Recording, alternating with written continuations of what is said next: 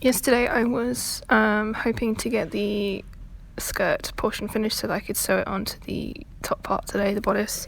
I didn't get that far. What I did manage to do is I sewed the ruffles to the skirt properly, so they're all now in place, and I started sewing the horsehair to the ruffle.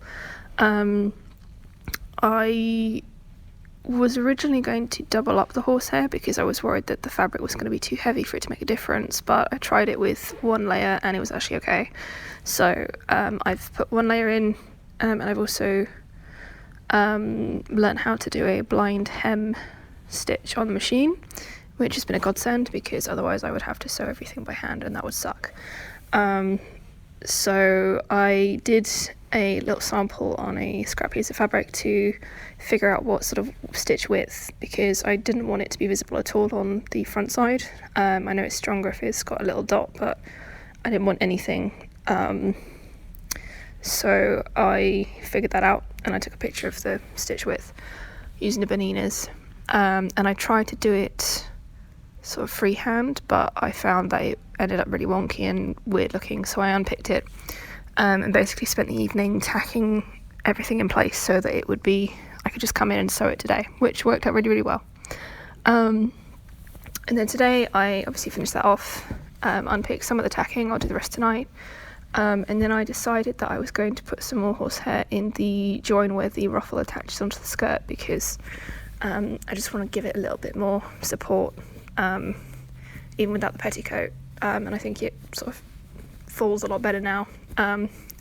So that I tacked in place as well. The seam allowance for the skirt is actually a lot wider than it was for the ruffle, so I could have just sort of not stitched the herringbone in at all, but I decided I was going to stitch into the seam allowance just to make sure that it's definitely where I want it to be, and then obviously done all the blind stitching on there as well to make sure that it's all secure.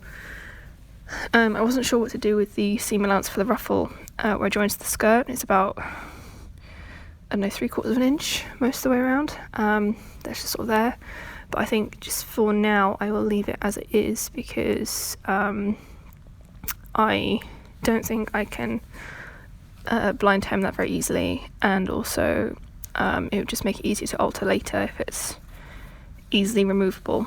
I know the blind hem with the horsehair is a little bit harder, makes that a little bit harder, but just for security's sake I think it should be fine. I then went and looked back at the bodice portion again with the collar. I've managed to get that sewn on over half term. When I put it on the mannequin, it, like, one side kind of didn't follow the curve of the shoulder very well. It sort of stuck out a little bit, and I realised it's because the portion at the back where it's sewn could have like come in a little bit more in like a curve. So I re-sewed that, but I had to re-sew it twice because I used blue thread. I thought it would be fine, but you could see the blue thread, so I redid that. So I've now re-tacked everything in place. Where the shoulder seams are with the seams and the seam allowance, it's a little bit bulky, which means that when it's being worn you can kind of see the lining through, which I'm a little bit annoyed about, but I don't think there's a lot I can actually really do about it without fussing around too much. So for now I've just sort of tacked the lining to the outer fabric underneath the collar just to kind of keep it in place while I sew everything else. The next steps would be to do the opening at the back on the bodice and then make the placket on the skirt to match so that I can get those two attached together.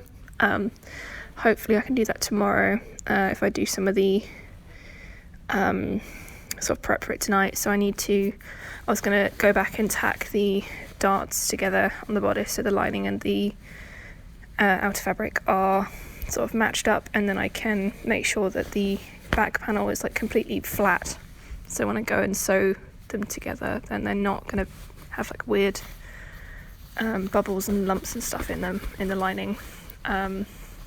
Just make sure they're completely flush. I think tomorrow I'm going to be at Purfleet, I can't do any more of the petticoat tonight, which is a little bit annoying, but I can get on with that tomorrow evening instead.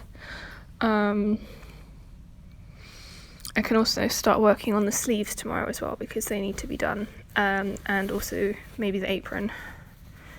I'm not sure when I'm going to get the apron done, but I think in terms of like the completeness, I think the sleeves are a bit more important than the apron is, because obviously you can wear it without an apron, but you can't wear it without sleeves. It looks a bit odd.